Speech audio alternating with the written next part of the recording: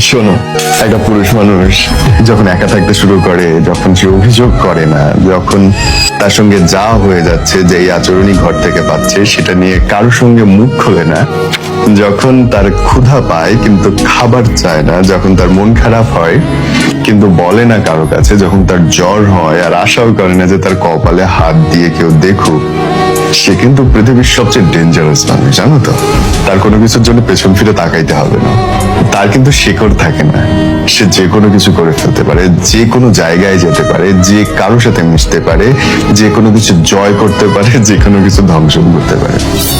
যখন কোনো ছেলে মানুষ, পুরুষ মানুষ কথা বলা বন্ধ করে, ইমোশনালি অ্যাটাচমেন্টটা চায় না, তখন সে পৃথিবীর সবচেয়ে শক্তিশালী অস্ত্র। কিসের পারমাণবিক বোমা ভাই, এর চেয়ে ভয়ঙ্কর কিছু নাই। সো তোমার ছেলেটা, তোমার পুরুষটা যদি কথা বলা বন্ধ করে তোমার সাথে, be aware of it.